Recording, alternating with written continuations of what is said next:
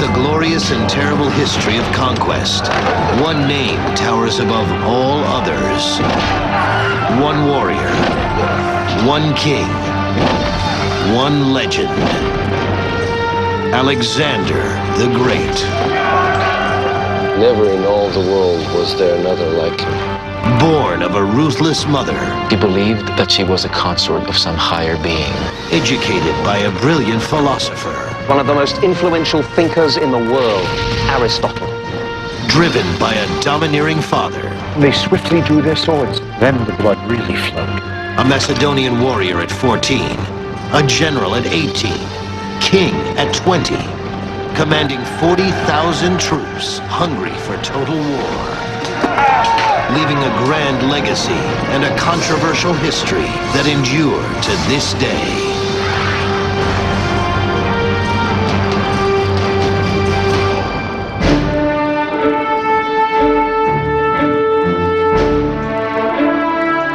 More than 2,000 years ago, this was the home of a man who many consider to be the greatest warrior in history. We are in northern Greece, at the remains of the ancient city of Pella, where once stood the palace of King Philip II of Macedon, the father of Alexander the Great. In the 4th century BC, Alexander was raised here to conquer the world. We are going to explore the journey of those conquests, which spanned 12 years, 22,000 miles, and cover the territories of what are now Greece, Turkey, Lebanon, Egypt, Iran, Iraq, Afghanistan, and Pakistan. We're going to examine the complex personality of a man who may have considered himself to be a god, and yet who died a mere mortal at the age of 32. Like Alexander, we too have a mission: to answer questions that have been debated by historians for centuries. Who was Alexander? What drove him on? And how could he, at such a young age, have conquered such a vast empire? Most of what we know about Alexander the Great comes from 4 ancient historians who wrote several hundred years after Alexander died in 323 BC. They based their manuscripts on the journals of men who lived and fought alongside the legendary warrior. The historians include Arrian, a Greek author and statesman, Diodorus of Sicily, Curtius Rufus of Rome, and the Greek philosopher Plutarch, the only writer to document Alexander's boyhood and devote considerable time to analyzing his character. When a portrait painter sets out to create a likeness, he relies above all upon the face and the expression of the eyes, and pays less attention to the other parts of the body. In the same way, it is my task to dwell upon those actions which illuminate the workings of the soul. And so we begin the astonishing tale of one man whose short life of 32 years gave him historic immortality. It is 356 BC, the year of Alexander's birth. In an area of northern Greece known as Macedonia, or Macedon, King Philip II rules a population that other Greeks consider inferior. We get this impression that the Macedonians are barely literate, that they are boorish, that they are beneath the high level of culture that is exhibited by many Athenians, and furthermore that they're dangerous, as represented by the king, Philip II. But the Macedonians are very wealthy. They control areas filled with gold and silver mines. Philip exploits these riches to the fullest. He assembles, trains, and equips an army that is one of the finest in the world. The reign of Philip was a developing awful shock for them, that this disorganized Macedonian kingdom had suddenly become organized. Thanks to the mines, it had enormous economic power. But where there is power, there is also passion.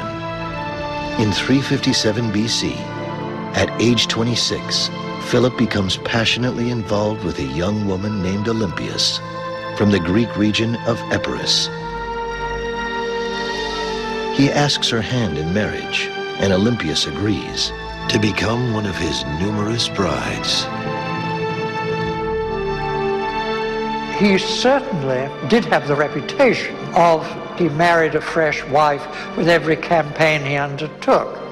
The object of that remark being that he wanted to make himself diplomatically safe by contracting these various alliances. Philip is smitten with the beauty of Olympias, but he is not fully aware that she has an eccentric, wild side, associating herself with mystic cults and mythologies. She's a fiery character, and she is political, she is religious, but above all, she's dynastic. Make no mistake about it, Olympias's main interest throughout her life was clearly getting her son Alexander onto the throne.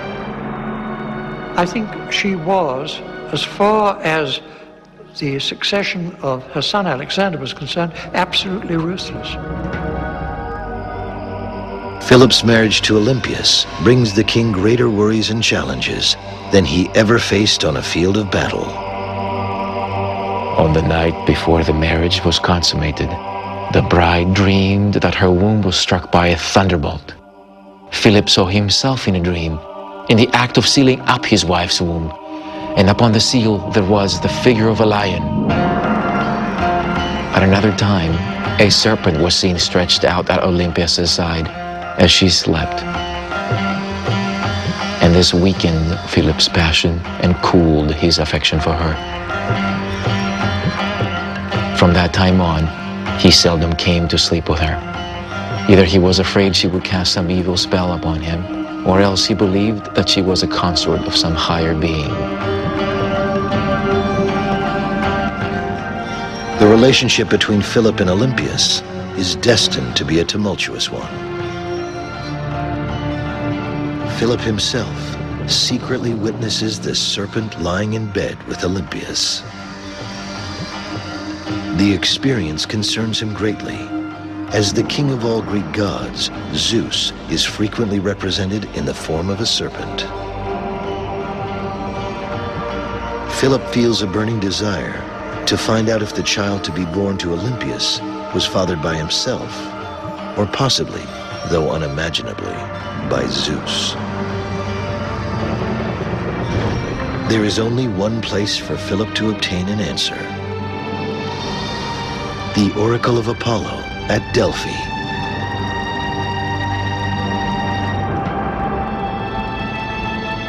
This is how Delphi appeared in the 4th century BC, a bustling center of worship, commerce, and athletic competition. This is Delphi today. The columns of the Temple of Apollo still stand majestically on a magnificent hillside overlooking the Gulf of Corinth.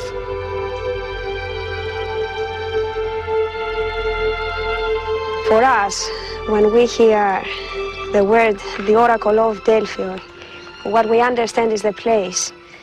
The person is the prophet. What she told us was a prophecy. So that's the holy place that is dedicated to Apollo. And Apollo was the sun god, the god of music and poetry.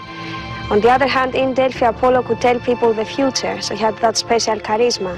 Therefore, we call it an oracle. So that's the Oracle of Delphi. Inside the oracle, you can see the treasuries, the statues, the dedications, the temple. That's the most important building. Underneath was the cellar, the holy room, Aviton. There was the priestess. From there, she would tell people the future.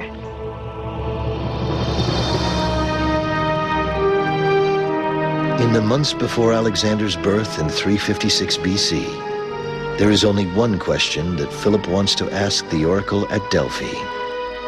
Will his child be the son of a mortal or a god? Philip sends an emissary here to Delphi to consult with the Oracle of Apollo about the meaning of what he has witnessed. The oracle, while not directly acknowledging that Alexander would be the son of a god, tells Philip to make sacrifices to Zeus and to revere him above all other deities. the oracle adds that Philip will lose the sight of the eye with which he peered through into the bedroom and saw Olympias with the serpent. A prophecy which is fulfilled 2 years later when Philip is seriously wounded in battle. Stories such as this, reported by ancient historians, are viewed with skepticism today. Everybody says, oh, well, you know, you look through the keyhole and there is your wife frolicking around with a great anaconda.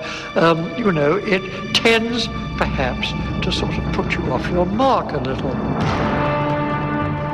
Regardless of his status as a deity, the child born to Olympias during the summer of 356 BC is destined to bring triumph and tragedy to his homeland, his family, and himself as Alexander the Great.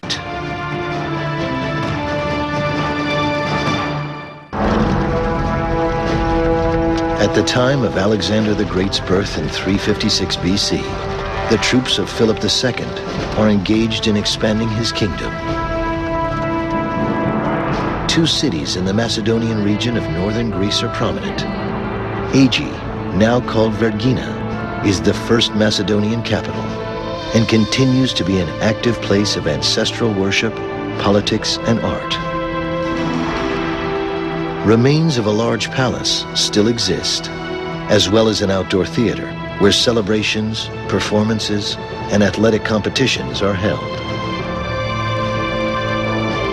In the 4th century BC, Pella becomes the active Macedonian capital and home of King Philip II.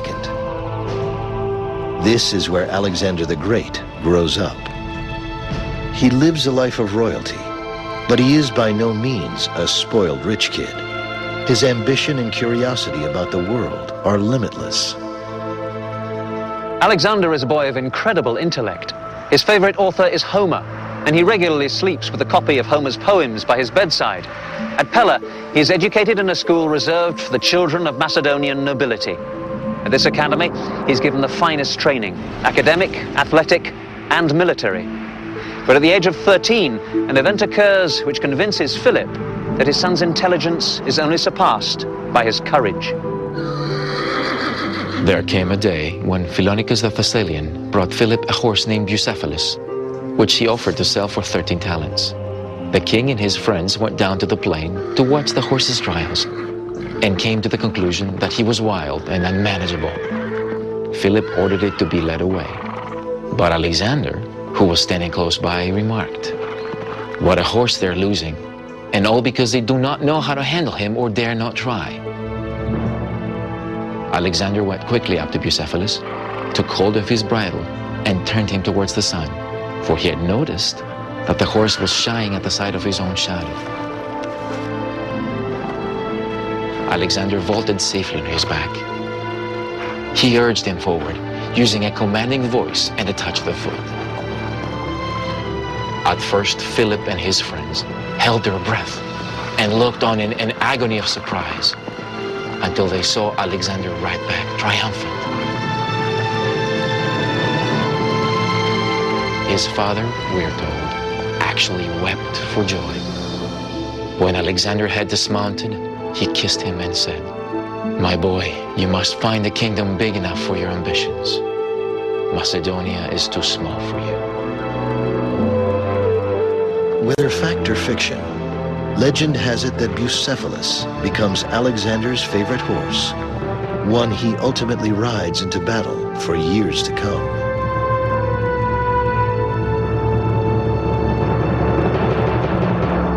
King Philip is so impressed with his son, he decides that the teachers at the Macedonian court do not provide him with the intellectual challenge he deserves.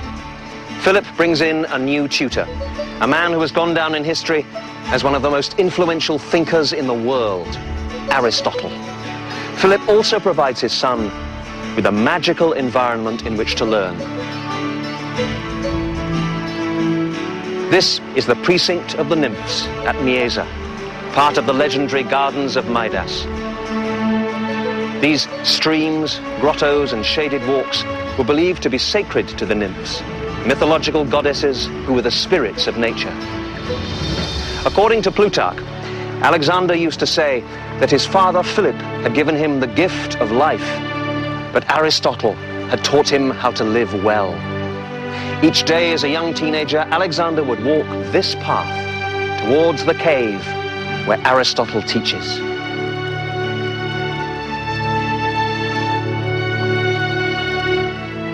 Aristotle was one of the widest-ranging minds that ever lived.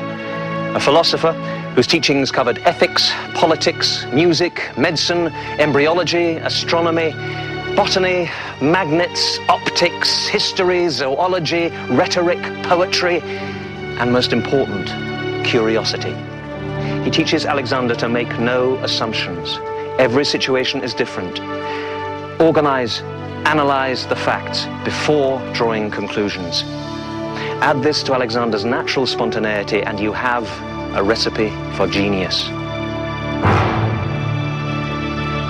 It is at this time, when Alexander moves from adolescence into manhood, that he meets Hephaestion, the son of a Macedonian nobleman. Hephaestion ultimately becomes Alexander's closest friend, and many believe an intimate companion.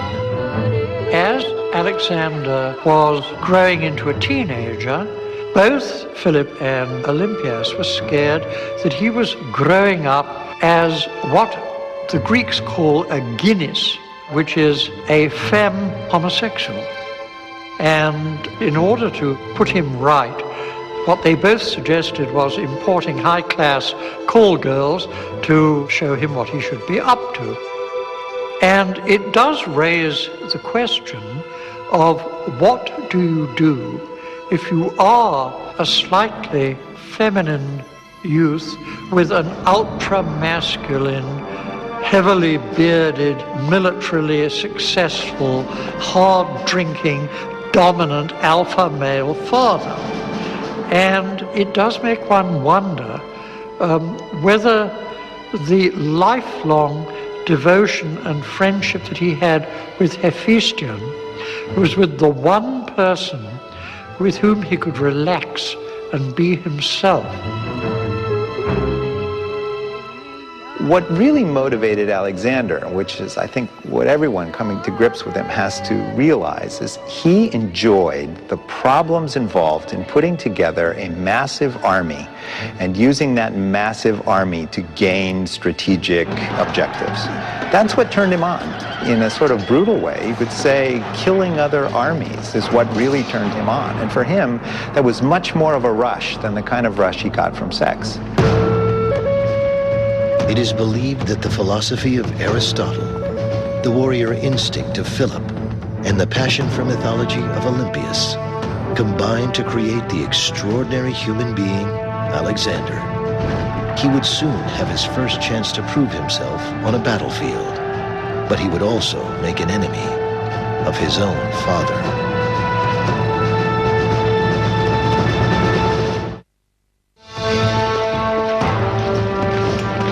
340 BC, King Philip II of Macedon, father of 16-year-old Alexander, is at war. His goal, to control Greece. The Macedonian phalanx is Philip's most powerful tool of war. Highly trained soldiers carrying pikes or sarissas, marching in tight formation, a massive moving war machine, practically unstoppable. Philip adapted the formation from the traditional Greek phalanx. The main difference with Philip's phalanx is the fact that the body armor of the individual infantry soldier is less, but it's compensated for by the fact that the soldier carries a pike. The pike is between 15 and 18 feet long. It's got a counterweight on the end which is closest to the soldier, which allows the fulcrum to move back so that the end of the pike can be lifted. Now, of course, if you've got a pike that's 15 to 18 feet long, you have to drill those men extremely well so that they can move them around. If you are faced with a Macedonian phalanx, you are faced with a front thousands wide with these pikes. You had this enormous hedge of lethal steel coming at you, and you just couldn't reach the opposition with your own much shorter thrusting shields. So provided the phalanx kept level, and it could just literally walk through any opposition, which it did. By the time Alexander turns 16, Philip controls most of Greece. But when news of each additional triumph reaches Alexander, he shows no pride. Whenever he heard that Philip had captured some famous city or won an overwhelming victory, Alexander would show no pleasure at the news, but would declare to his friends, "Boys, my father will forestall me in everything. There will be nothing great or spectacular for you and for me to show to the world." Alexander had no desire to inherit a kingdom which offered him riches, luxuries, and the pleasure of the senses. His choice was a life of struggle, of wars, and of unrelenting ambition. At the ancient Macedonian capital of Aegae, in 339 BC, Alexander spends much time studying the records and accounts of his father's exploits. It is obvious to many that he grows increasingly anxious to engage in battle, and that one day he will lead his own conquests. On one occasion when Philip is away from Aegae, some ambassadors from Persia arrive. Alexander receives them in his father's place and impresses them greatly with his intelligence, his maturity, and his knowledge of politics. They come away convinced that Philip's reputation for astuteness is nothing compared to the adventurous spirit and dangerous ambitions of his son. But Philip also continues to have ambition, to control Greece. Standing in his way are his two most formidable opponents, the armies of Thebes and Athens. In particular, a unique group of soldiers has a ferocious reputation.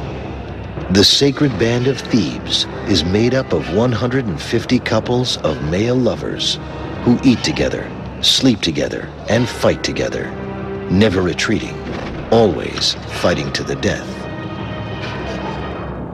To further challenge Philip, the Thebans and Athenians had been supported with weapons, soldiers, and money from Persia. Considered the world's most powerful nation, the Persian king knows that if Philip completes his conquest of Greece, he has Persia in his sights. Philip's motive is revenge for a generation of Persian meddling in the political affairs of both Greece and Macedon. The Persian rulers would be pleased to see Philip's ambition halted by the troops of Thebes and Athens. The showdown is to occur at a place called Chaeronea in central Greece.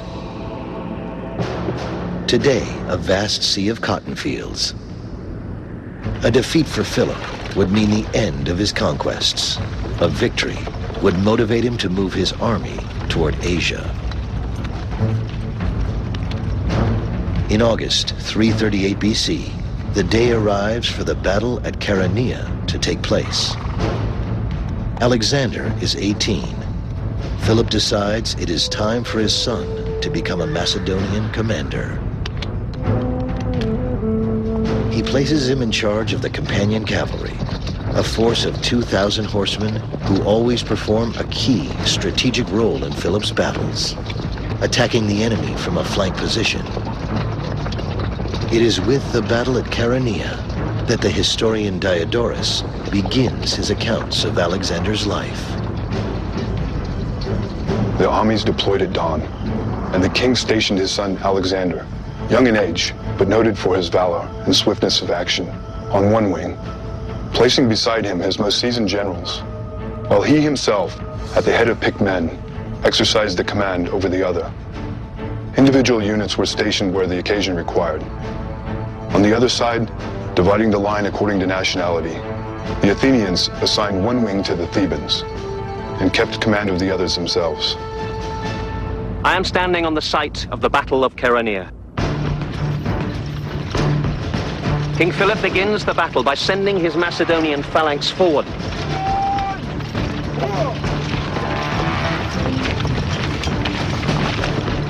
They smash into the Athenian left wing. Suddenly, the signal to retreat is given. Now, for a massed phalanx of infantry to move backwards, keeping formation, is an almost impossible achievement, only made possible because these are the finest infantry troops in the world.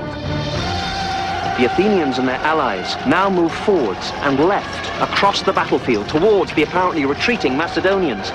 But the Thebans, the more disciplined troops, stay where they are, which turns out to be a mistake, because between the Thebans and the allies, a gap opens up, and that gap is seen by Alexander. He's waiting with the cavalry. When he sees that gap, he charges forward, smashes through it. He encircles the Thebans and is able to attack the allies in their flank. At the same time, the Macedonian phalanx now stops and starts to advance. They steamroller through the Athenians, cut them down. 2,000 of them surrender. The Thebans are not so lucky. Completely surrounded by Alexander and his cavalry, they are killed almost to a man.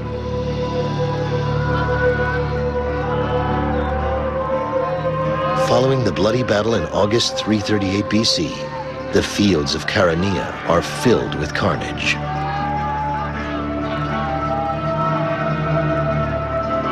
Philip, with the aid of his son, achieves his goal of controlling Greece. The sacred band of Thebes is buried here, underneath the statue of a lion. The Athenian dead were cremated. The Battle of Chaeronea did two things. On a personal level, it proved Alexander to be an efficient and courageous commander of what was probably the finest cavalry force the world has ever seen. Politically, it established Philip's control over Athens and most of the Greek city-states. He could afford to be generous. He offered peace and the release of all prisoners. His terms were accepted. Alexander himself was sent with an honor guard to Athens, bearing the ashes of the Athenian dead.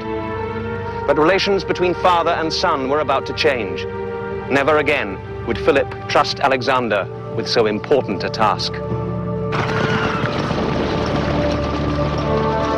The Battle of Chaeronea could have been the beginning of a father-son Macedonian dynasty. But the future holds in store a far different fate. One that inspires not mutual respect between Philip and Alexander, but hatred and distrust.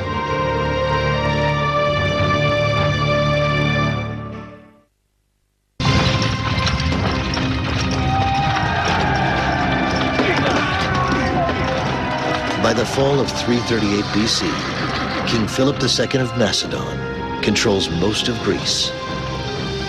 A decisive victory at Chaeronea, in which Alexander plays a significant role defeating the Athenians, gives Macedonian troops respect for a new father-son leadership team.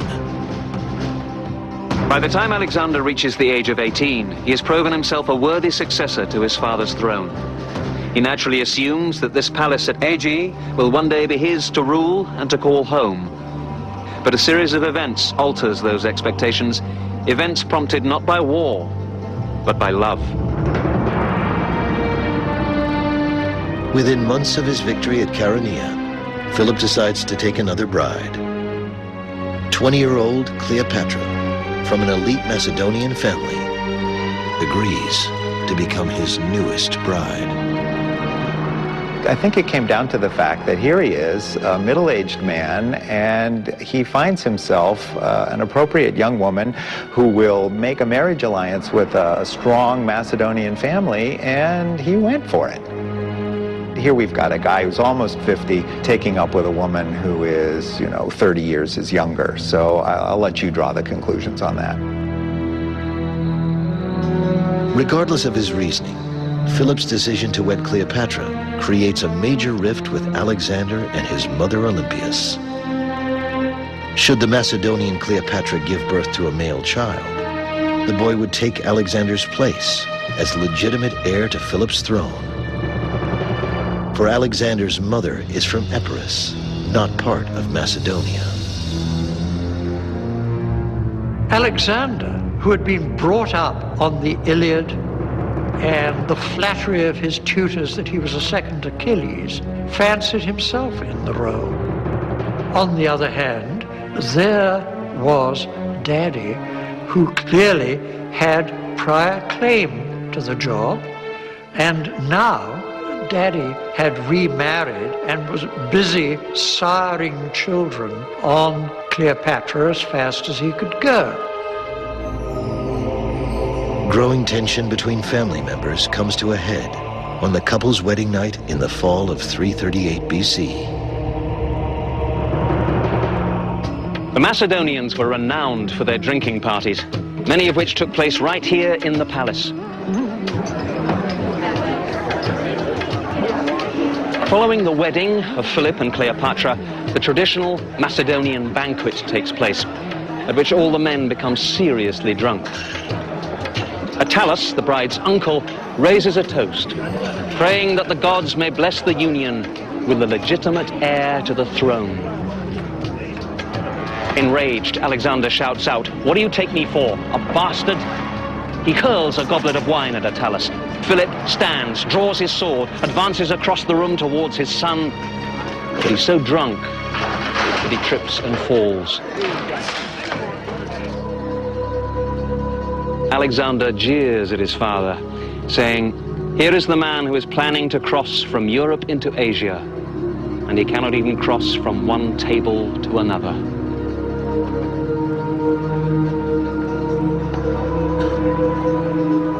This incident devastates a father-son relationship, which took 18 years to build. It destroys the potential of a military partnership upon which family dynasties are often founded. Following the scandalous wedding banquet, Alexander and his mother Olympias go into exile. But Philip soon realizes that the state needs a recognized heir to the throne, and he needs a valuable military commander. He convinces Alexander to return home. But Olympias does not return. Despite the reconciliation, there is no guarantee that Alexander will one day be king. Within a year of Philip's marriage, Cleopatra gives birth to a son. If Philip lives long enough, the throne will not go to Alexander. It will go to his half-brother, a purebred Macedonian. While the intense discord among Philip, Alexander, and Olympias is far from reconciled, Philip now focuses on his ultimate goal. With Greece under control, he considers expanding his kingdom into Asia. Philip sends a small expedition of troops under the command of his general Parmenio to Asia's western coast to assess obstacles and establish a bridgehead. Parmenio was his senior general, extremely important to him. He was his right-hand man, absolutely trusted. He was also a conniving political bastard of the First Order, and his great advantage, clearly, was A, his absolute loyalty to Philip, and B, his undoubted extreme skill as a general. But before Philip himself risks the journey to Asia, he decides once again to consult the gods. Philip sends an emissary to Delphi to ask whether or not he will conquer Darius, the great king of Persia. The answer he receives is ambiguous. The bull is garlanded, the sacrifice is ready. Philip interprets this to mean that Darius will be slaughtered like a victim at the altar. The true fulfillment of the prophecy, however, turns out to be quite different. Straight away, Philip sets in motion plans for gorgeous sacrifices. He wanted as many Greeks as possible to take part in the festivities, so he planned brilliant musical contests and lavish banquets for his friends and guests. He was determined to show himself to the Greeks as an amiable person. Philip's celebration takes place on the palace grounds of the ancient capital city of Aegae. It is October of 336 BC. This is the theatre in the grounds of the royal palace at Aegae. Here, thousands of Macedonians gather, together with King Philip and Alexander, for a festival in honor of the gods.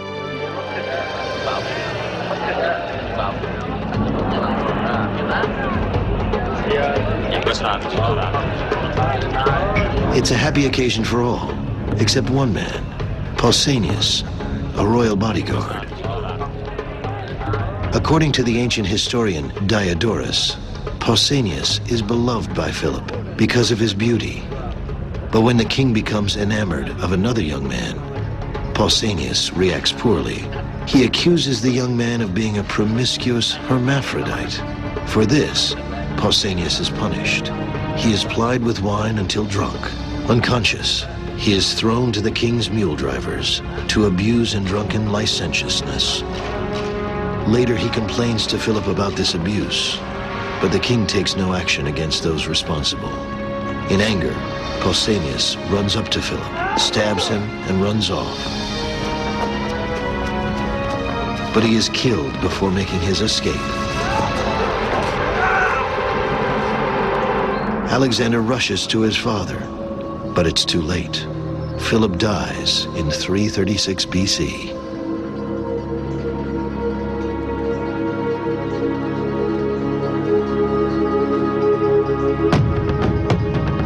Conspiracy theories are immediately considered. Could Philip's wife, Olympias, have been involved to assure her son Alexander inheriting the throne? Could Alexander himself have played a role in planning the assassination? While such issues are investigated, an even more important question of urgency must be decided. Will Greece accept Alexander as its king?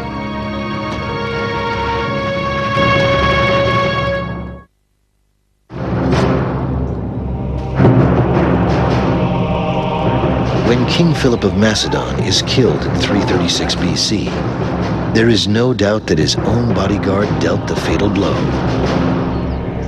But as with modern-day murders attributed to lone assassins, questions arise about others being involved in the assassination plot.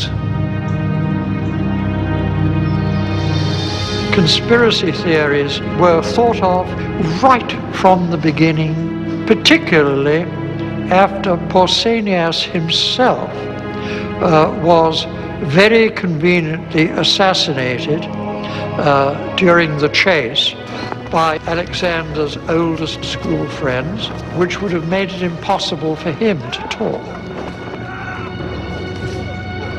The immediate suspicion fell on Olympias, and through Olympias on Alexander. And the truth we're never going to know.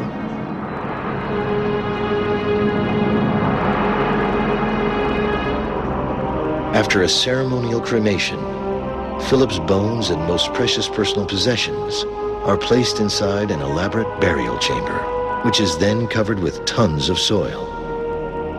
By ancient custom, the higher the mound, the more important the person.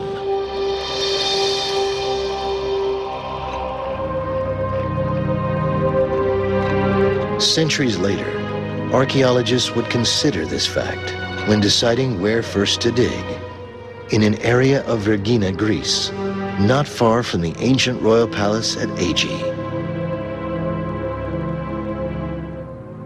This is where King Philip II was buried, near his palace, underneath a man-made mound of earth which has become known as the Great Tumulus.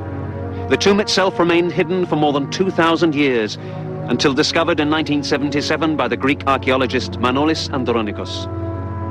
15 years later, a magnificent museum was built, literally, inside the tumulus. The Vergina Museum is a marvel of modern architecture and design, exquisitely exhibiting the items found in several tombs.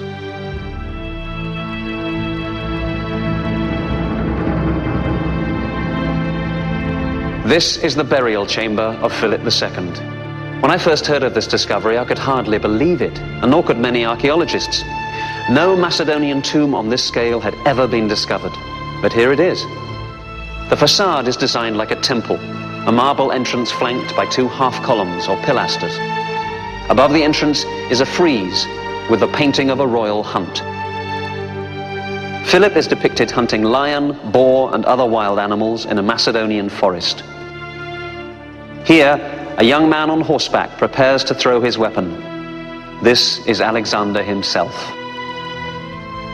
To discover the tomb of Alexander the Great's father was remarkable enough.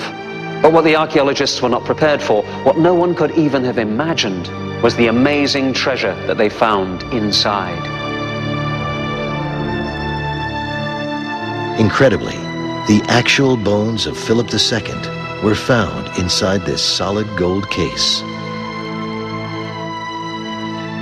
Also inside the burial chamber, his gold-leafed crown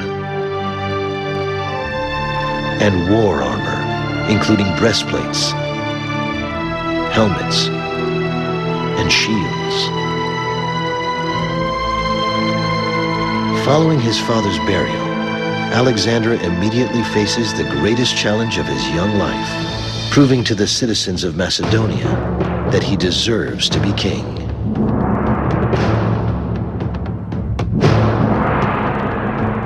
Alexander was only 20 years old when he inherited his kingdom, which at that moment was beset by formidable jealousies and feuds. Alexander's Macedonian advisors feared that a crisis was at hand and urged the young king to leave the Greek states to their own devices and refrain from using any force against them. Alexander, however, chose the opposite course and decided that the only way to make his kingdom safe was to act with audacity and a lofty spirit. He was certain that if he were to yield even a fraction of his authority, all his enemies would attack him at once. Within 6 months, Alexander leads the Macedonian army to regain control of Greece, earning the respect of his troops with decisive, courageous direction.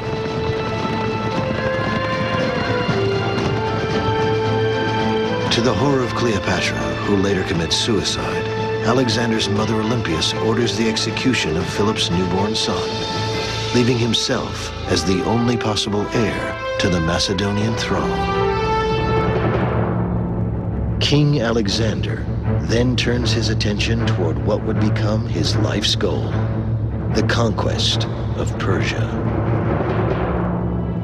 But first, in the tradition of his father, Alexander decides to seek counsel from the oracle at Delphi to determine if he is indeed destined by the gods to defeat Darius and rule all of Asia. Unlike Philip, however, who always sent an emissary, Alexander goes himself in November of 335 BC. When Alexander arrives here at Delphi, he is told that he has come at the wrong time of year. The oracle cannot be consulted during the winter months. He must return in the spring. Alexander, not being one to take no for an answer, goes to the priestess and tries to drag her by force here to the temple. At last, overcome by his persistence, she cries out, "You are invincible, my son." When he hears this, Alexander declares that he needs no other prophecy. He has obtained the answer he was seeking. As with many stories describing Alexander, it is difficult to separate myth from reality in the accounts of his visit to Delphi. But Alexander's passionate desire to please the gods and seek their guidance is a recurring theme in his life. As he is about to embark on what will be a 12-year journey, Alexander may or may not have a notion that he himself has some form of deified lineage.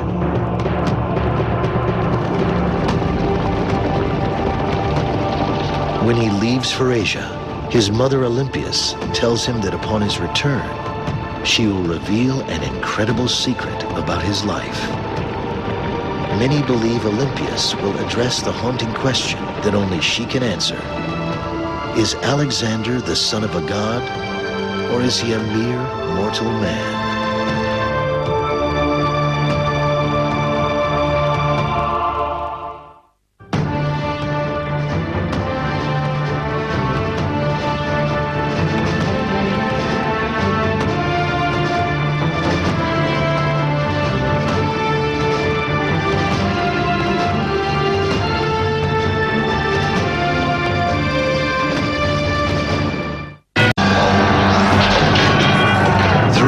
glorious and terrible history of conquest, one name towers above all others. One warrior, one king, one legend. Alexander the Great. Never in all the world was there another like him. Born of a ruthless mother. He believed that she was a consort of some higher being. Educated by a brilliant philosopher. One of the most influential thinkers in the world, Aristotle. Driven by a domineering father. They swiftly drew their swords. Then the blood really flowed. A Macedonian warrior at 14. A general at 18. King at 20. Commanding 40,000 troops, hungry for total war. Leaving a grand legacy and a controversial history that endure to this day.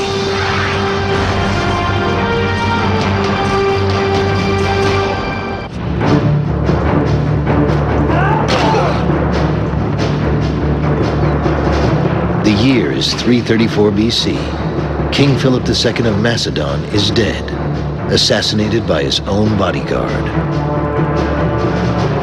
Conspiracy theories suggest that his wife Olympias and son Alexander may have been involved, but no one can say for certain.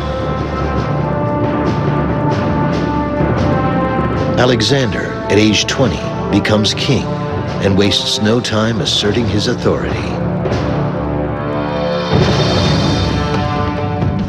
He chooses to continue a massive offensive his father had begun, the conquest of Asia, and the defeat of the most powerful ruler on earth, Persian king Darius.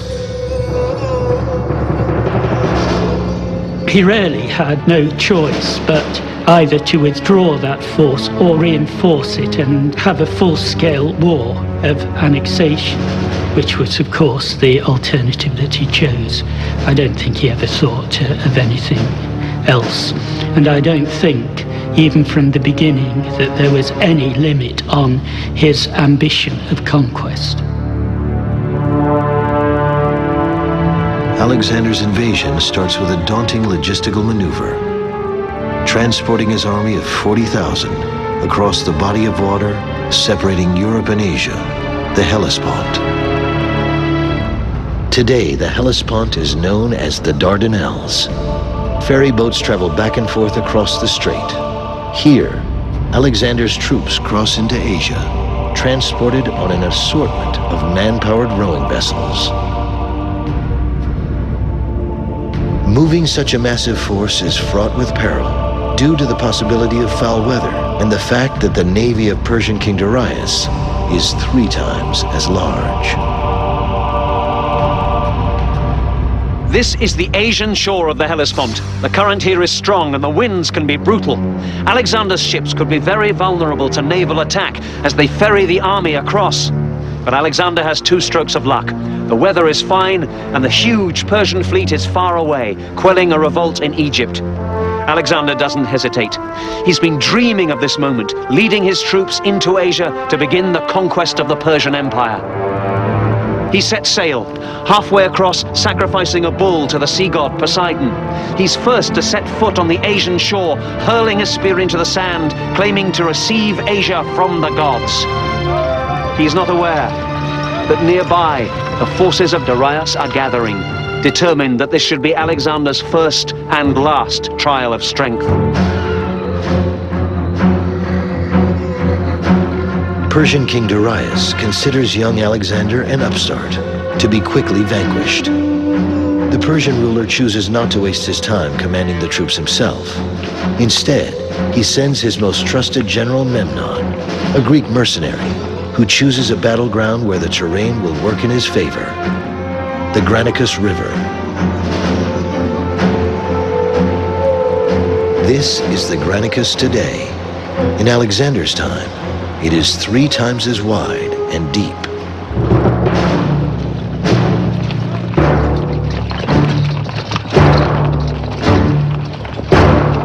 Alexander is accompanied by his own trusted advisors, military commander Parmenio, his close friend Hephaestion, and Callisthenes, a nephew of Aristotle, who serves as Alexander's personal historian.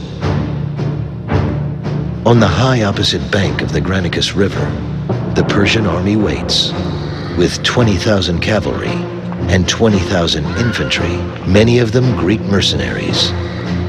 Greek author and General Arrian wrote about Alexander's first test of will. Parmenio came to Alexander and argued, "We cannot take the army across the river on a broad front. A failure in our first action will at once have serious consequences and will put at risk the result of the whole war." Alexander replied, "I know that, Parmenio, but I would be ashamed if I could cross the Hellespont easily and then found that this little stream could prevent us from crossing.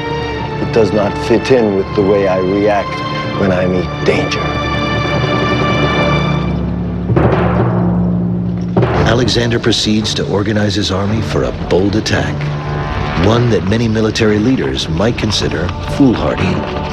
Alexander plays a key role in the offensive, brazenly wearing a white-plumed helmet, marking him as the prime target of every enemy soldier. Alexander's battle strategy at the River Granicus utilizes tactics he learned from his father. Thousands of highly trained soldiers on foot and horseback would boldly cross the river and meet the Persians head-on.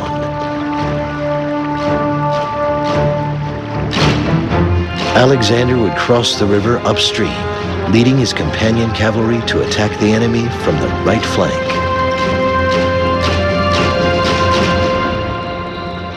There was a profound hush as both armies stood for a while motionless on the brink of the river, as if in awe of what was to come. Then Alexander himself, at the head of the right wing of the army, with trumpets blaring and the shout going up to the god of battle, moved forward into the river.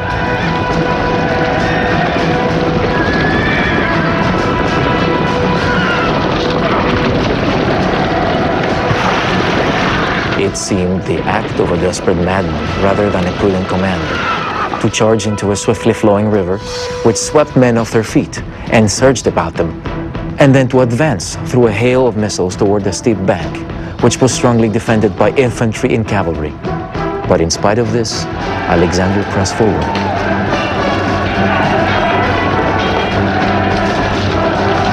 He was foolhardy, but there was a method in his madness. One of the things about leading from the front rather than the rear is that it really makes people follow you. You're not asking them to do anything that you're not doing yourself. There are many historical accounts about what happened here at the Granicus. Suspiciously, none of them agree except that it was an extremely hard-fought battle. It may be that Alexander's first assault against the Persian bank was beaten back, and he was forced to change his tactics.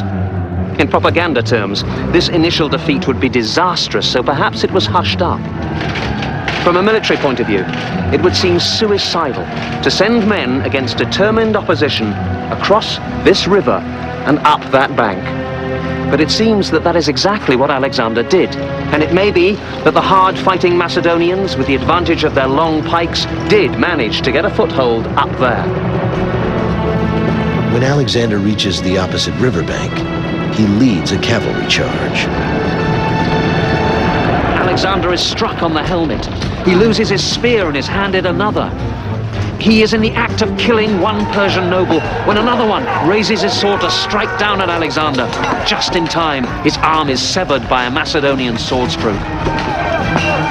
The Persians, by pulling their forces away from the riverbank, have weakened their center, and now the Macedonians can cross the river in strength. Squeezed between the pikes of the phalanx and Alexander's cavalry, the Persians break and run. Against all odds, Alexander defeats the Persian army at Granicus.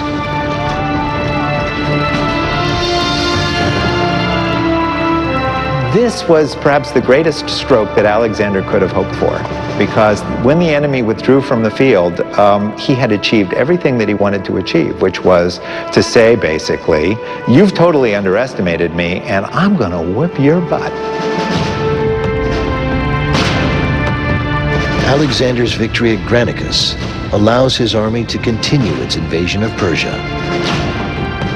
General Memnon survives the battle and reports to Persian King Darius, who determines that the next time the two forces meet, he personally will command the Persian troops.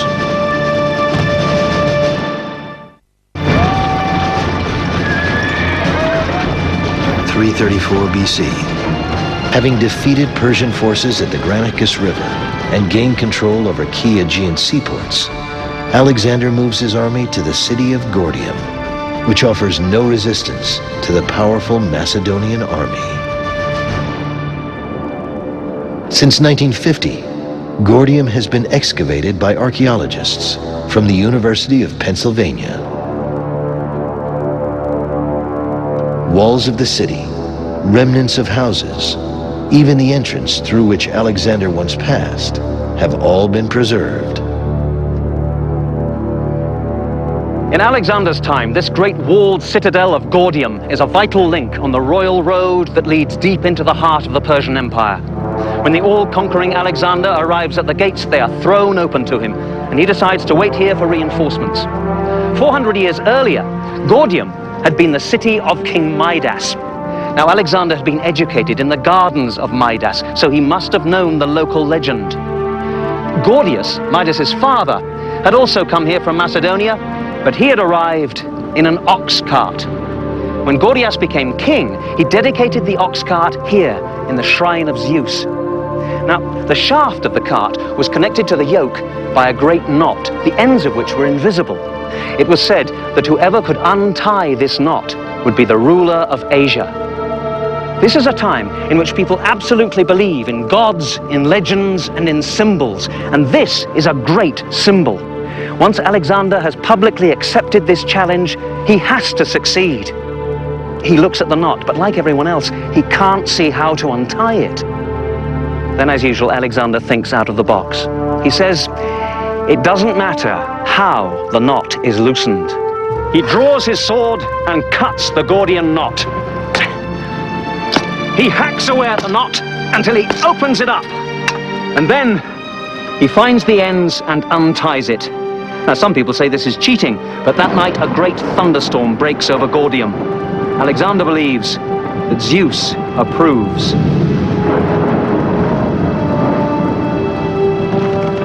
Some modern-day historians believe Alexander's experience at Gordium reflects his mastery of the art of public relations as much as his religious fervor. Alexander was a master at the photo op. When there was a time when he could use it for propaganda purposes or for PR purposes, he did it. And he used it primarily to impress his army, but also to impress the people over whom he was to rule. For Alexander's troops, there has never been a time of higher troop morale. But the most difficult tests are yet to come. Upon leaving Gordium, Alexander heads south when he learns that Persian King Darius is personally leading a massive army towards Issus to halt Alexander's conquest. Darius's troops have been estimated to number 600,000, but most historians agree that 60 to 100,000 is far more likely. Nevertheless, Alexander's troops, 30 to 40,000 strong, are severely outnumbered. Despite the advantage the size of his army provides him, Darius seeks counsel from one of his most trusted generals. Roman historian Curtius Rufus described the encounter. Persian King Darius turned to Charidemus, who was an experienced soldier, and proceeded to ask whether he was well enough equipped to crush his enemy. Charidemus answered, "Your magnificent army can strike terror into your neighbors. It gleams with purple and gold. The Macedonian lion is certainly coarse and inelegant, but protects behind its shield, tough densely packed soldiers. When they are tired, the earth is their bed, and their sleeping time is of shorter duration than the darkness. What you need is strength like theirs. Send off your gold and silver and hire soldiers. Darius, unable to take the truth, had Charidemus dragged off to execution.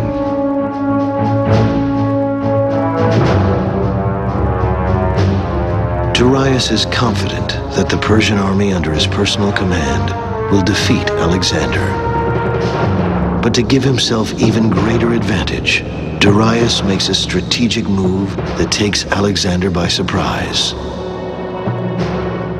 The Macedonians anticipate Darius attacking from the south.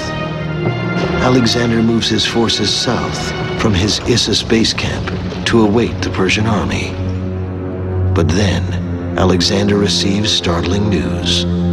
Undetected, Darius moves his army north through a mountain pass and captures Issus, severing Alexander's supply lines. Darius is now preparing to attack from the north. Alexander has no choice but to reverse his direction. It is November 333 BC, when Alexander finds his enemy waiting on the opposite bank of the river Pinarus, where it meets the Mediterranean Sea. This is the location today, the shoreline to the west and the hills to the east.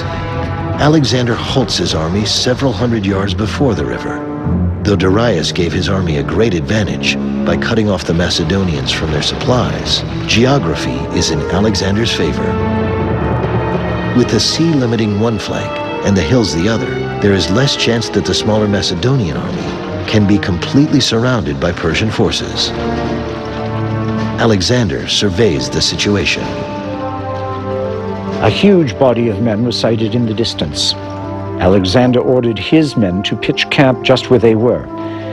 He was delighted that the issue would be decided there, in the pass. However, his confidence gave way to worry. Only a single night now separated him from a critical event. While his victory might be in doubt, one thing was quite certain, that he would die an honorable death, which would bring him great praise. When we consider Alexander in all his battles, one of the things obviously we have to take into account is how did he feel about it? Was he afraid?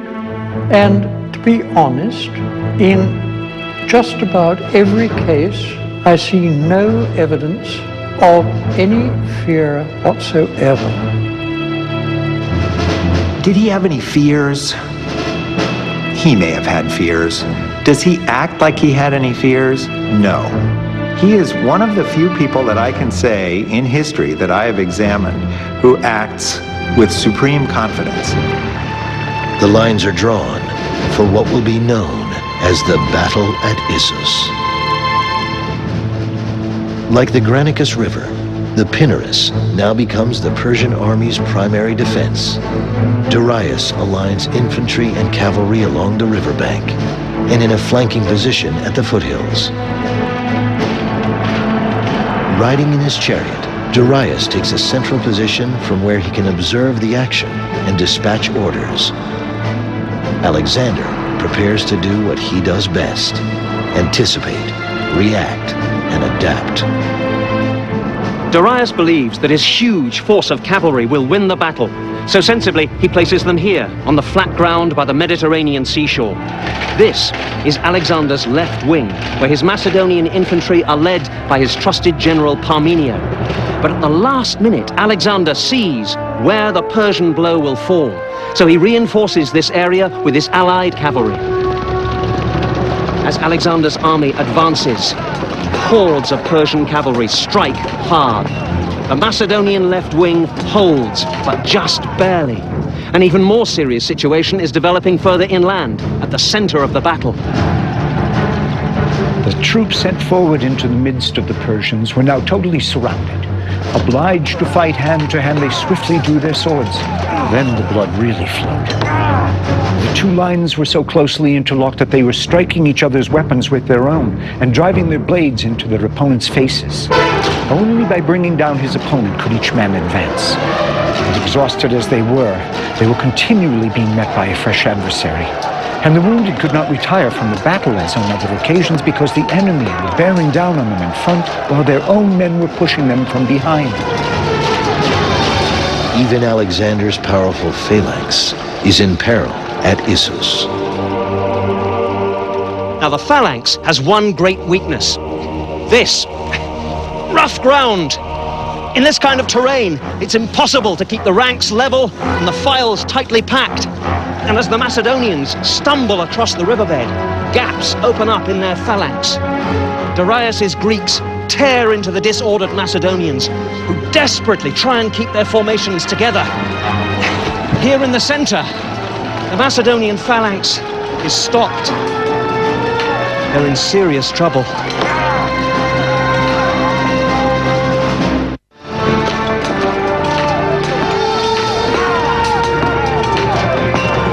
The Battle of Issus in November of 333 BC is critical to Alexander's conquest of Asia, but his army is outnumbered by the forces of Persian King Darius. Rough ground hinders the progress of the legendary Macedonian phalanx and infantry, which find themselves engaged in the bloodiest of hand-to-hand combat. The only chance for Macedonian victory lies with the cavalry, led by Alexander himself. Alexander was as much a soldier as a commander. Riding high in his chariot, Darius cut a conspicuous figure. His brother, Oxathres, saw Alexander bearing down on Darius and moved the cavalry under his command right in front of the king's chariot. Then the carnage truly took on cataclysmic proportions. Around Darius' chariot lay his most famous generals who had succumbed to a glorious death before the eyes of their king, and who now all lay where they had been fighting.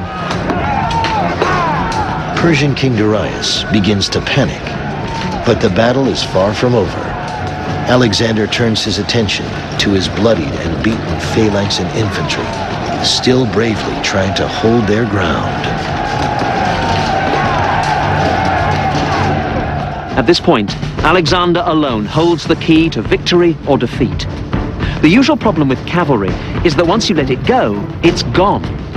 That infantry running away there is a perfect target for cavalry, and just beyond them is the Persian camp with all its loot. But Alexander has sufficient command to stop his cavalry charge, and the control to regroup them, turn them left, and smash into the Persian center. Here, Darius himself is directly attacked by Alexander. Too late, Darius discovers that the Macedonians' strongest force is their cavalry. In the savage fighting that follows, Alexander himself is wounded in the thigh. Darius, as he sees his royal bodyguard being cut to pieces, turns his chariot round and runs for his life. The Persian line folds up, and as evening falls, their retreat becomes a rout. Following this battle in late 333 BC, Alexander receives word that Darius's mother, wife, and 2 unmarried daughters are among those taken prisoner, and that they wrongly believe that Darius has been killed. When he heard this, Alexander sent word to them that Darius was not dead, and that they need have no fear of Alexander. He was fighting Darius for the empire of Asia, but they should be provided with everything they had been accustomed to when Darius was king. Alexander allowed them to keep the same attendance and privileges they had previously enjoyed, and even increased their revenues. And what he's doing is presenting himself as the next Persian king. He is the legitimate Persian king, and it is his duty to take care of the women folk. And by doing that, he's sending out a huge message to the rest of the world that I have the Persian women. I am the Persian king. The Persian nobles are coming over to me. For Alexander the Great, the victory at Issus in 333 BC is a dramatic turning point. He has defeated the most powerful army in the world, led by the most powerful ruler.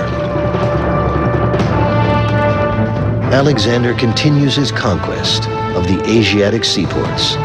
Cyprus and Phoenicia come easily under his control. During this time, Alexander receives a letter from Persian King Darius. Darius appealed to Alexander to accept ransom for his Persian prisoners. He further offered him all the territory west of the Euphrates and the hand of one of his daughters in marriage, and on these terms proposed that they should become friends and allies. Alexander told his companions of this offering, whereupon Parmenio said, "I would accept these terms if I were Alexander." "So would I, by Zeus," retorted Alexander, "if I were Parmenio." Alexander wrote his reply to Darius. "First I defeated your generals. Now I have defeated yourself and the army you led. In the future, let any communication you wish to make with me be addressed to the king of all Asia. Do not write to me as an equal. Everything you possess is now mine. If you wish to dispute your throne, stand and fight for it, and do not run away. Wherever you may hide yourself, be sure I shall seek you out."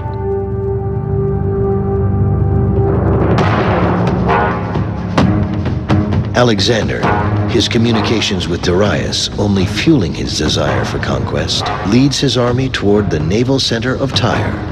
Alexander wishes to control Tyre because of its strategic location. The older part of the city is on the mainland, but a half a mile offshore is a heavily walled, impregnable island, also considered part of Tyre. I'm standing on the southern edge of the island of Tyre. Later earthquakes caused this area to slip into the sea, but this line of rocks marks where the ancient walls of the city once stood. Behind me was the southern harbour, one of two harbours in which the Tyrians kept their navy. If Alexander had his own ships, he could have mounted an amphibious assault from the sea.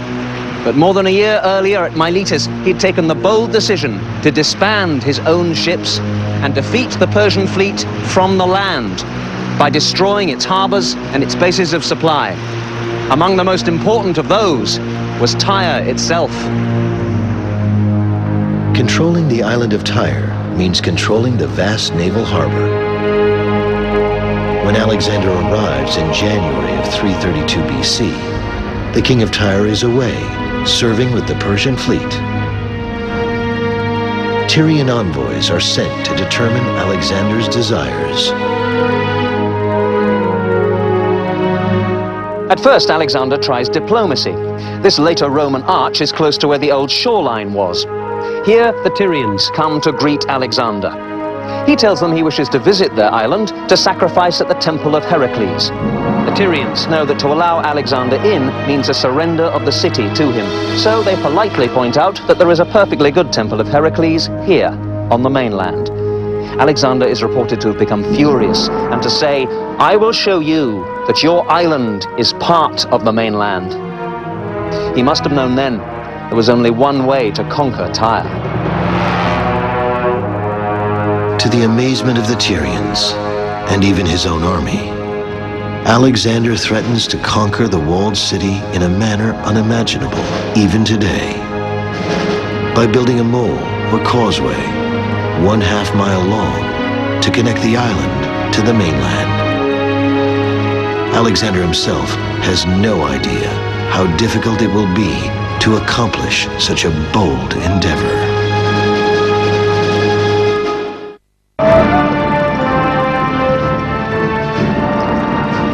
When Alexander the Great encounters unexpected resistance to his desire to conquer the walled island of Tyre, his plan of action to build a mole or causeway, allowing him to lay siege to the city, bewilders even his own men.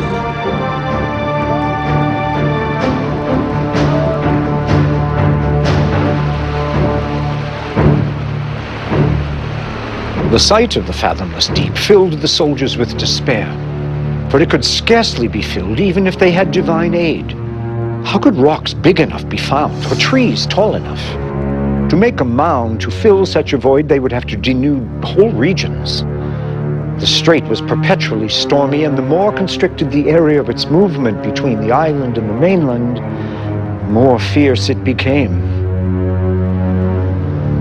The Tyrians view Alexander's plan as absurd and consider the threat an idle one. How did the people of Tyre have the confidence to resist Alexander? Well, Tyre was a mighty city. These Roman remains are from the 1st and 3rd centuries AD, but down here are some of the original fortifications of the city from Alexander's time. These stone blocks are around 2,500 years old. They formed part of the massive walls and towers which then surrounded this city.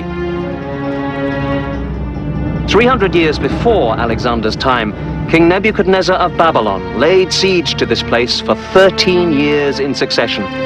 He failed to conquer it. So this is the outside wall. Ali Badawi is chief archaeologist at the ruins of Tyre. He explains that during Alexander's time, 2 walls, separated by approximately 6 feet of space, protected the island. The foundation for the outer wall was below sea level.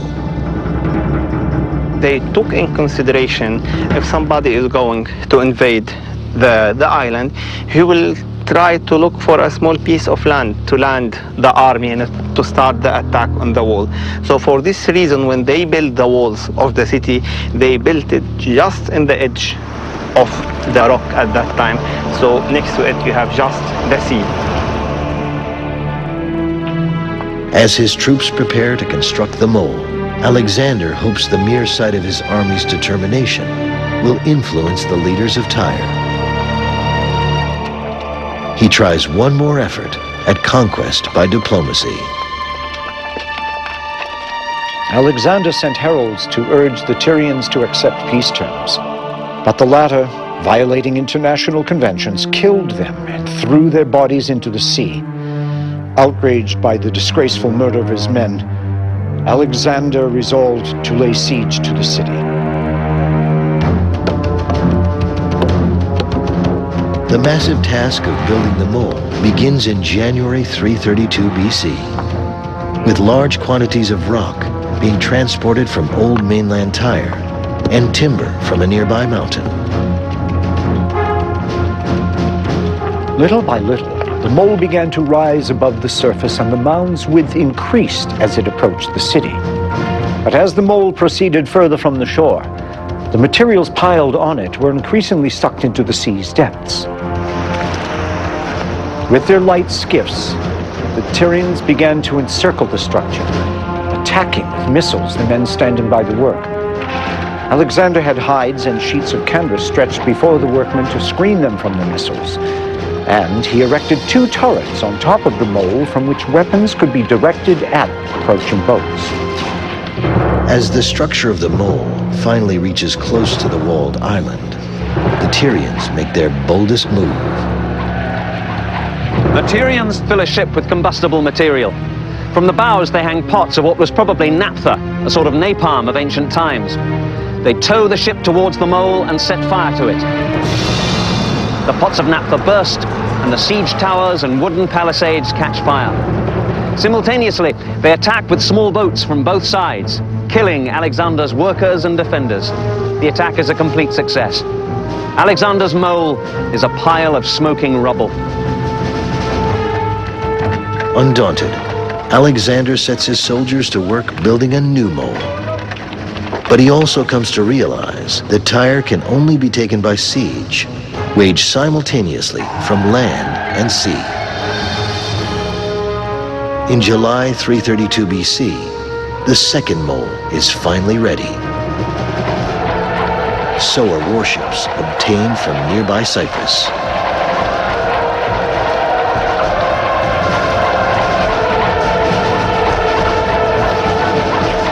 As the Macedonian infantry attacks the walls of Tyre from the mole, Alexander leads forces across gangways from the ships.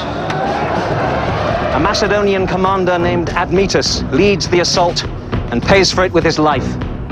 Alexander himself takes his place, and after bitter fighting, his men break through and gain a small part of the wall.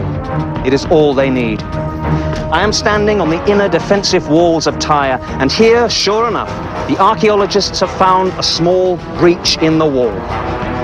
They believe that it is in this place that the Macedonians poured through the defenses.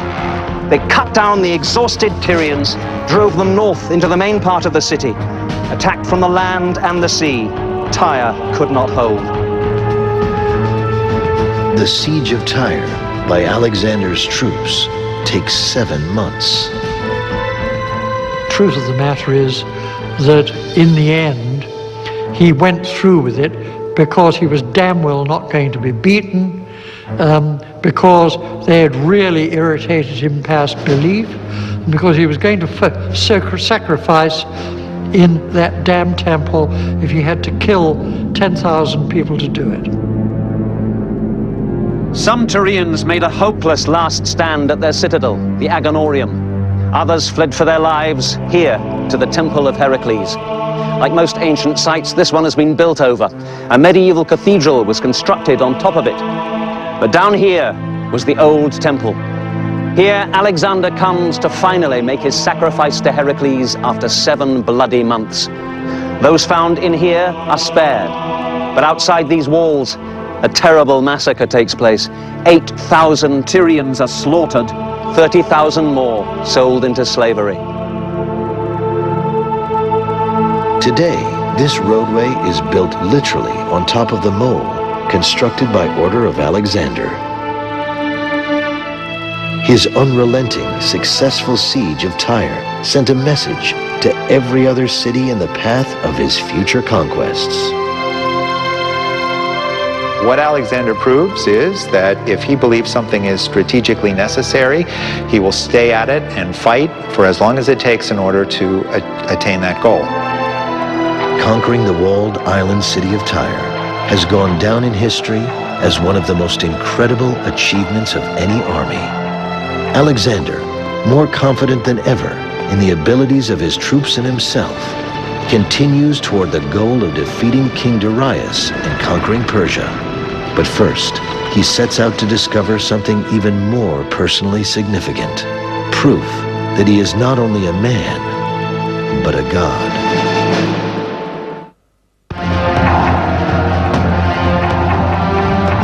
(332 BC).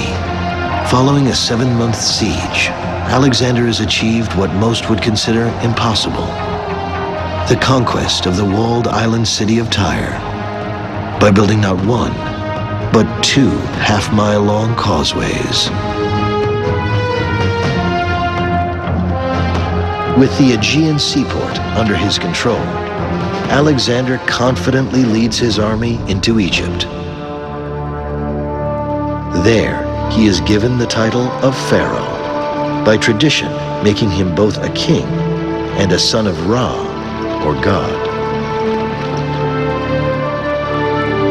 After traveling through Heliopolis and Memphis, Alexander comes upon a shoreline so magnificent, he envisions a grand seaport. Alexandria is the first of more than 30 cities founded by Alexander in his own name. But why here? Well, it's an excellent location between Lake Mareotis and the Mediterranean Sea. It has a mild, healthy climate and an excellent natural harbor, deep and well sheltered, further improved when Alexander commands the offshore island of Pharos to be connected to the mainland by a mole. Alexandria would be the new emporium for the world's trade, a cornerstone for Alexander's empire, and a crossroads of the ancient world. Today, the population of Alexandria is approximately 4 million. 80% of Egypt's imports and exports move through its harbors. To many, building such a city would be an achievement of a lifetime. But for Alexander the Great, it is merely a brief distraction from greater priorities. One of those is a visit to the temple of the god Ammon at the desert oasis of Siwa. While Alexander was in Egypt, the entire resources of the greatest empire on earth were mobilizing to fight him. He had to get back to war, to defeat the Persians before their vast armies cut him off from Macedonia. But at this crucial moment, he chose to spend 6 weeks traveling through the Sahara Desert. The journey was a spiritual preparation for what was perhaps the greatest religious experience of Alexander's life, and it was a journey that nearly killed him. When Alexander came to the desert, he began to cross a country covered with an infinite expanse of sand. In 4 days, their water had given out, and they suffered from fearful thirst. All fell into despair. And suddenly a great storm of rain burst from the heavens, ending their shortage of water in a way that had not been foreseen. At one point, when the road could not be traced because of the sand dunes, the guide pointed out to the king that the crows cawing on the right were calling their attention to the route which led to the temple. Alexander took this as an omen, and thinking that the god was pleased by his visit, pushed on with speed. To the Egyptians, Ammon was the equivalent of the Greek god Zeus, the king of all gods. Frequently, the deity would be addressed using both names, Zeus Ammon. Alexander has a burning desire to find out from the oracle at Siwa if he is a son of God. Today, the remains of the temple still stand at Siwa Oasis. Alexander and his companions climbed up into the temple, and it was here on these steps that the high priest greeted Alexander with a slip of the tongue. He meant to say, "O Pai Dion, O my son." But his Greek wasn't up to much, and what the Macedonians heard him say was, "O Pai Dios, O son of Zeus." Now for Alexander, that was quite a good start. The sayings of the oracle were usually delivered in this courtyard, but Alexander was too important a guest for a public show. Besides, he had some very private questions, so he alone was allowed to question the god directly and enter the inner chamber.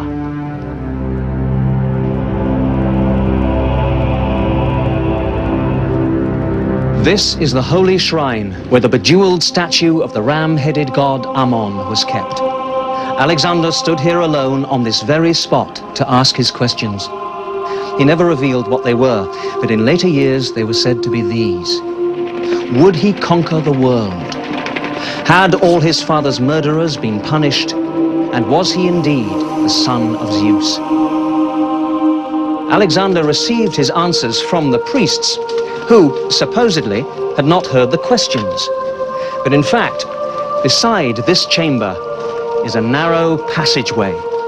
Here, the priests could listen in and then appear to give the gods answers.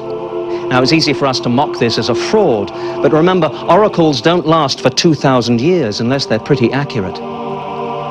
The answers that Alexander received were these. Yes, he would conquer the world. Yes, all his father's murderers had been punished, which may have been a relief to Alexander. If he was in fact guilty of involvement in his father's death, he needed to know if divine retribution was on the way. The answer to the final question was clear. The priests told him that Philip was not his father anyway, and that he was indeed the son of Zeus Ammon, the son of God. No one is with Alexander when the priests at Siwa supposedly acknowledge him as the Son of God.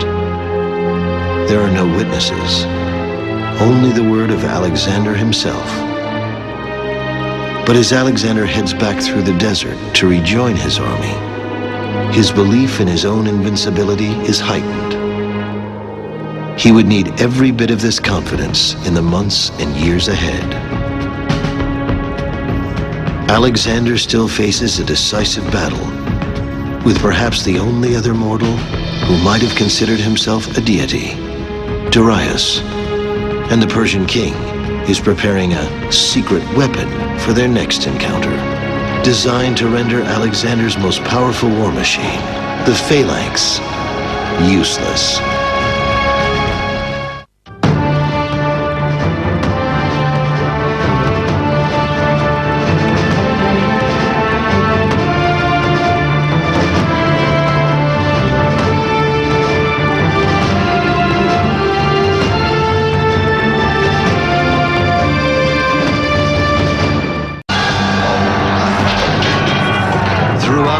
glorious and terrible history of conquest, one name towers above all others. One warrior, one king, one legend. Alexander the Great. Never in all the world was there another like him. Born of a ruthless mother. He believed that she was a consort of some higher being. Educated by a brilliant philosopher. One of the most influential thinkers in the world, Aristotle. Driven by a domineering father. They swiftly drew their swords. Then the blood really flowed. A Macedonian warrior at 14. A general at 18. King at 20. Commanding 40,000 troops, hungry for total war. Leaving a grand legacy and a controversial history that endure to this day.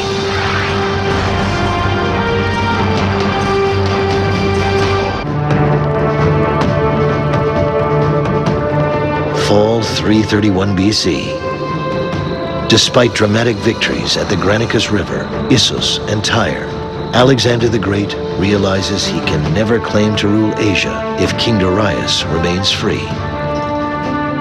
And Darius realizes he will never retain control of Asia without defeating Alexander. The two commanders know an ultimate showdown must take place. Darius chooses the location, camping his forces at the river Bomelos, near the village of Gaugamela. None of Alexander's battles is better documented by ancient historians than the Battle of Gaugamela.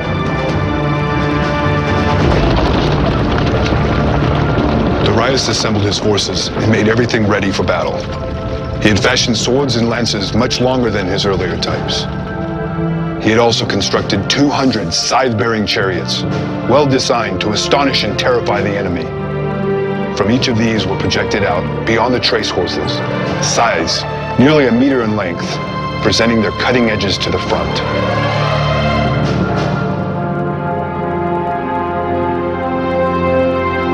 The night before the battle, several miles of rolling hills separate the two armies. Alexander's chief general Parmenio and several of his most prominent officers move forward to survey the enemy position. They were filled with amazement at the sight and remarked to one another that it would have been a very difficult task to defeat an enemy of such strength by engaging him by day. They therefore went to Alexander to persuade him to attack by night, so as to conceal from his men the most terrifying element in the coming struggle, that is the odds against them. It was then that Alexander gave him his celebrated answer: "I will not steal my victory." He was determined that if Darius, he should have no cause to summon up courage for another attempt. He was not to be allowed to blame darkness and night for his failure on this occasion, as at Issus he had blamed the narrow mountain passes and the sea.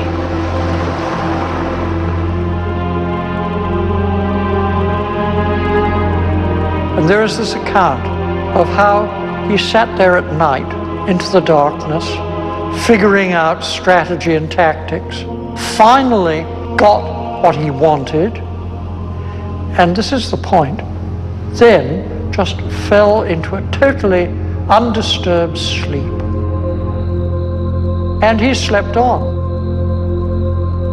And he said, till I got it figured out, I was worried. After that, I was fine. The army got up in the morning, the valley was sounded. Alexander slept on like a baby until finally his staff officers had to wake him.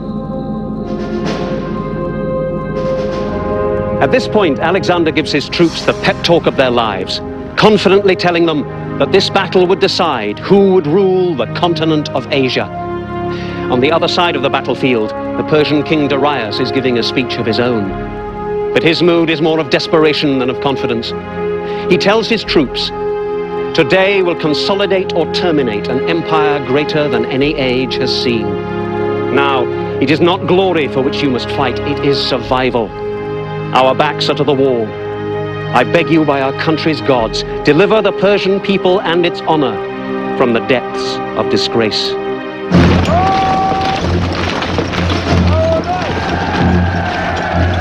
Slowly but methodically, Alexander's phalanx marches forward in formation to encounter Darius's new rolling weapons. The scythed chariots swung into action at full gallop and created great alarm and terror among the Macedonians. As the phalanx joined shields, however, all beat upon their shields with their spears as the king had commanded, and a great din arose.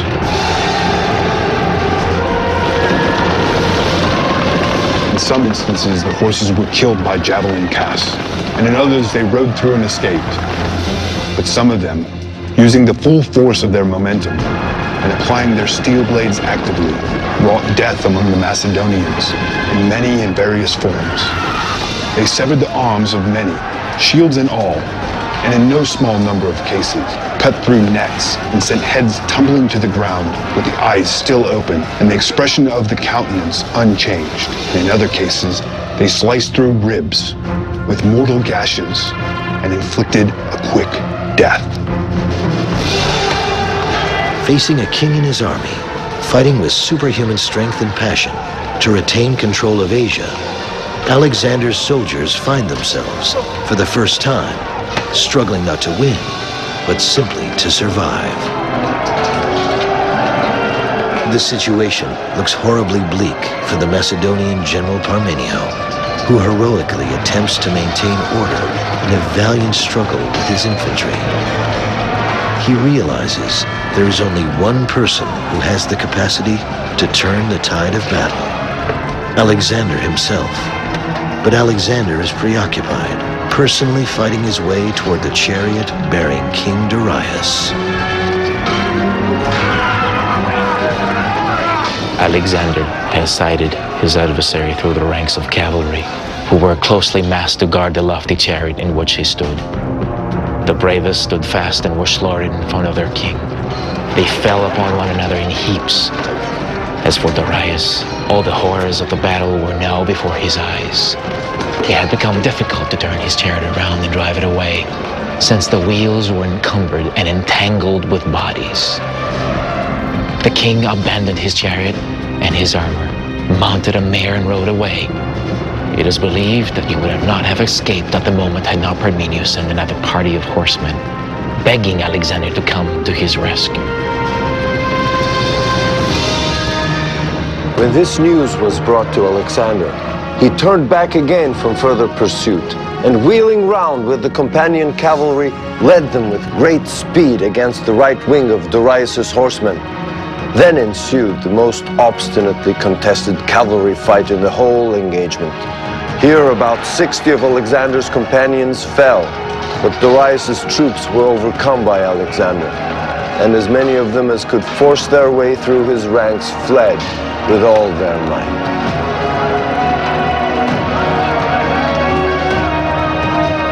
What may have first appeared to be impending doom for Alexander proves to be yet another episode confirming Alexander's genius as a commander. Realizing that Darius is relying not on his infantry, but massed squadrons of heavily armed horsemen, Alexander tempts both of Darius's cavalry wings to charge his echelon flanks. Alexander hopes that the flanks can hold out just long enough to create a gap in the Persian line, allowing Alexander's companion cavalry to punch through, which they do with perfect timing. Historians past and present consider the strategy masterful. Alexander had a tactical brilliance there. The only thing that one can perhaps criticize is that he left the battlefield in pursuit of Darius, trying to get hold of him alive. Alexander wheels around and starts off in pursuit of Darius once more, keeping up the chase as long as there is daylight. Parmenio's brigade also follows, but when darkness falls, Alexander stops to rest his men and horses. Darius continues to ride away, leaving behind his chariot, spear, and bow. Again, Darius escapes. Although the Macedonian army is grossly outnumbered, The casualty figures reported by historians are nothing short of astounding. Some say incredible.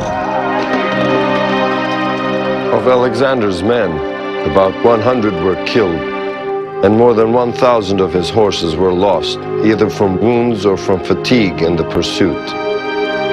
Of Darius' forces, there were said to have been 300,000 slain, and far more were taken prisoner than were killed. The Battle of Gaugamela leaves no doubt that Persia is now under Alexander's control. But of far greater importance for the warrior king is the capture of King Darius.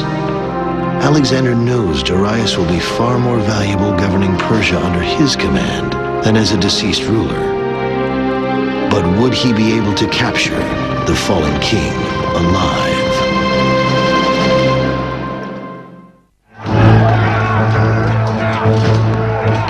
Alexander's victory at the Battle of Gaugamela is viewed by many as the most significant triumph in his conquest of Asia. After the battle had ended in this way, the authority of the Persian Empire was regarded as having been completely overthrown. Alexander was proclaimed King of Asia, and after offering splendid sacrifices to the gods, he proceeded to reward his friends with riches, estates, and governorships. Within 4 months of his victory at Gaugamela, in January of 330 BC, Alexander takes over Darius's palace and the city of Persepolis in ancient Persia. Now, all of Persia, its capital city, and literally tons of gold and silver bullion belong to Alexander. The minimum estimate is of 180,000 talents of it, and you have to remember that a talent is 57.5 pounds weight.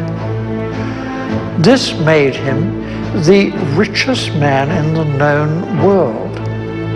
He could do what he liked. He could call himself God if he wanted. It's like taking over the whole of Fort Knox one afternoon, and that treasure was evacuated and sent in a great bullion train escorted by 6,000 Macedonians. Alexander described Persepolis to the Macedonians as the most hateful of the cities of Asia and gave it over to his soldiers to plunder. The Macedonians raced into it, slaughtering all the men whom they met and plundering their residences. Such was their exceeding lust for loot that they fought with each other and killed many of their fellows who had appropriated a greater portion of it. Some cut off the hands of those who were grasping at disputed property, being driven mad by their passions.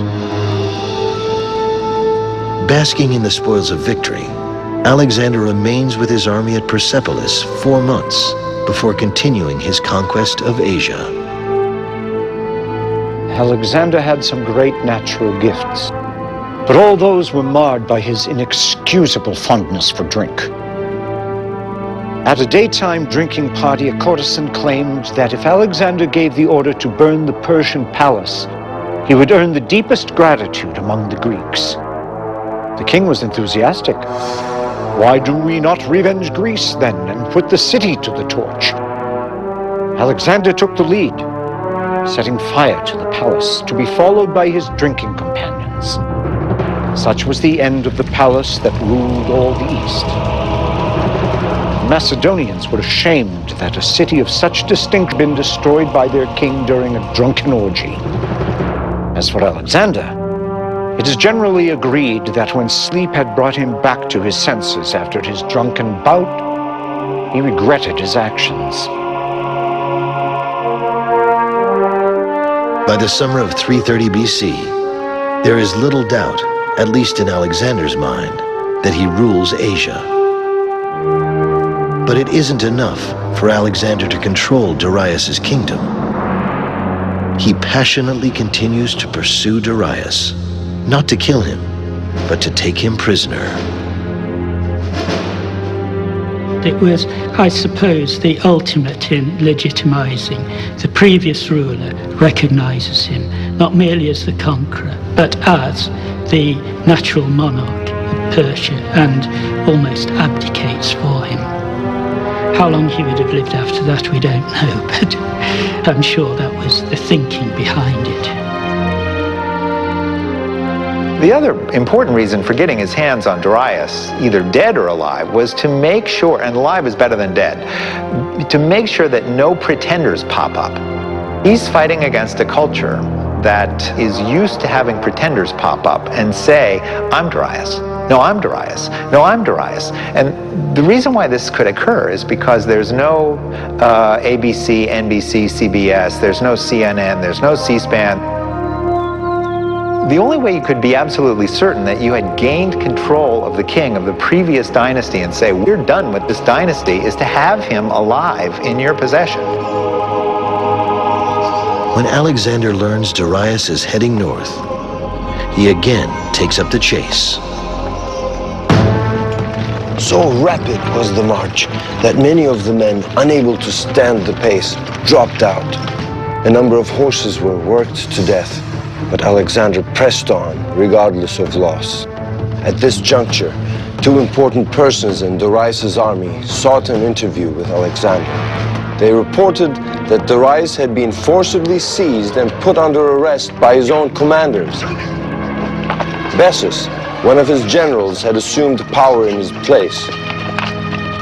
Instantly, Alexander was on the march again, with greater rapidity than ever.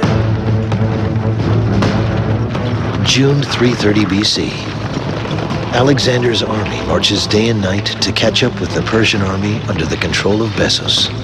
Within 2 weeks, Alexander has the Persian troops in sight. Even though the Persian army is still far greater in number than that of Alexander, thousands of Persian soldiers surrender. Bessus, however, would not allow such a fate for Darius. Bessus and his fellow conspirators came to Darius' wagon and started urging him to mount a horse and flee to escape his enemy. Darius, however, declared that the gods had come to avenge him and, calling for Alexander's protection, refused to go along with the traitors. At this, they were furious. They hurled their spears at the king and left him there, run through many times. They also maimed his animals to prevent them advancing any further. Deprived of their leaders, the barbarians scattered wherever hope or panic directed them. With the great and powerful Darius lying severely wounded, only time would dictate whether Alexander would be able to capture him alive.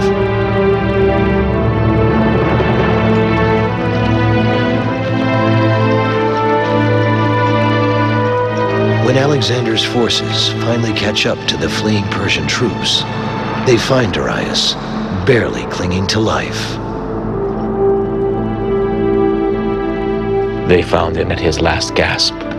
He asked for a drink, and he swallowed some cold water, which a Macedonian brought him. He said, "This is the final stroke of misfortune, that I should accept a service from you and not be able to return it. But Alexander will reward you for your kindness, and the gods will repay him for his courtesy towards my mother and my wife and my children." As he said this, he took the Macedonian by the hand and died. When Alexander came up, he showed his grief and distress at the king's death, and unfastening his own cloak, he threw it over the body and covered it. Later, after he captured Bessus, who had murdered the king, Alexander had the tops of two straight trees bent down so that they met, and part of Bessus's body was tied to each.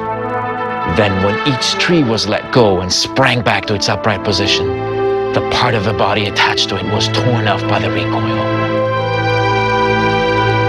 As for Darius's body, he sent it to his mother to be laid out in royal state.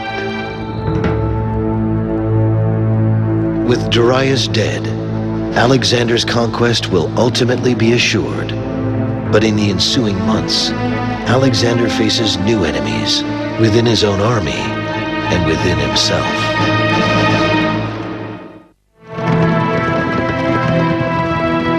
With Persia under Alexander's control and King Darius dead, the mission of Alexander the Great is essentially complete. But Alexander now faces new dilemmas, far more complex than waging war. It's very revealing that it's after Gaugamela that the restlessness among the troops really begins to start, on the very reasonable basis that, look, we've done what we were set out to do. We have destroyed the control of the Persian Empire. We've done it. Now let's go home. At this time, Alexander becomes acutely aware of potential threats to his power. Among the Macedonians at this time, few men enjoyed a more prominent position than Philotas, the son of Parmenio. When Darius had been defeated, a beautiful Greek girl named Antigone was handed over to Philotas. He confided to her that all the greatest achievements in this campaign had been the work of his father and himself. Antigone repeated these remarks privately to Alexander. Once the king had begun to listen to these insinuations, Philotas's enemies brought innumerable accusations against them, including conspiracy. Philotas was executed, and immediately afterwards, Alexander had Parmenio put to death as well. This was a man who had rendered many great services to Philip and who, of all Alexander's older friends, had urged him more strongly to undertake the invasion of Asia. It is now widely believed that Alexander always had concerns about the loyalty of Parmenio and his son Philotas. For all practical purposes, the account given to him by Antigone gives Alexander the opportunity to take strong action he may have been considering for years. In October 330 BC, Alexander makes his close friend Hephaestion joint commander of the Companion Cavalry. The Macedonian army, now on the march for more than 7 years, moves towards India, and Alexander's erratic behavior continues. In 327 BC, at the age of 29, Alexander does something that is so out of character, it shocks even his closest associates, particularly his lifelong male companion and rumored lover, Hephaestion. Alexander takes a wife. This is Roxane, the beautiful daughter of Oxyates, a baron whose mountain stronghold of the Sogdian rocks has been captured by Alexander. But why does Alexander marry? Well, it's a good political alliance with the local nobility, and there's a chance of producing a legitimate heir for his vast empire. But some ancient historians write that Alexander may indeed have had genuine romantic feelings for Roxane. Men who took part in the campaign used to say she was the loveliest woman they had seen in Asia. Alexander fell in love with her at sight, but captive though she was, he refused, for all his passion, to force her to his will, and condescended to marry her. Alexander confounds his associates even further when he decides that those under his rule should honor an ancient Persian tradition. For the ruler of the Persian Empire, it was essential to be seen to receive proskynesis from his subjects. Now, for the Persians, this is a matter of respect, a simple kiss of the hand. It could be combined with a bow, or with kneeling, or even prostration, face down on the ground. But for the Greeks, this gesture is a form of worship exclusively reserved for the gods. Alexander's command is hotly contested by his followers, and Callisthenes, his official historian, refuses to do it. He speaks boldly to his longtime friend. You should remember Greece. For her sake you undertook this expedition into Asia. When you return home, will you force the Greeks, the greatest freedom lovers of all, to bow down before you? From this point, Callisthenes loses the favor of Alexander. And as so many have discovered before him, that can be a tragic mistake. Alexander orders Callisthenes, his own historian, to be executed.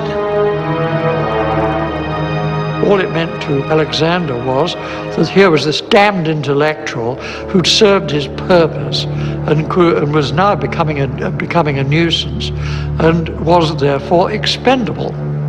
And being expendable, he was thereupon expended. Alexander's desire to pursue Persian tradition slowly evolves into a life of hedonism. He clearly saw himself as a god, and he was being treated as a god. People have been reluctant to believe this because they think of Alexander through modern lenses. No one these days thinks of himself as a god unless he's nuts. But what of Alexander? Alexander now began to imitate the Persian luxury. He dressed himself in a white robe and a Persian sash. He added concubines to his retinue in the manner of Darius, in numbering not less than the days of the year and outstanding in beauty. Each night, these paraded about the couch of the king so that he might select the one with whom he would lie that night.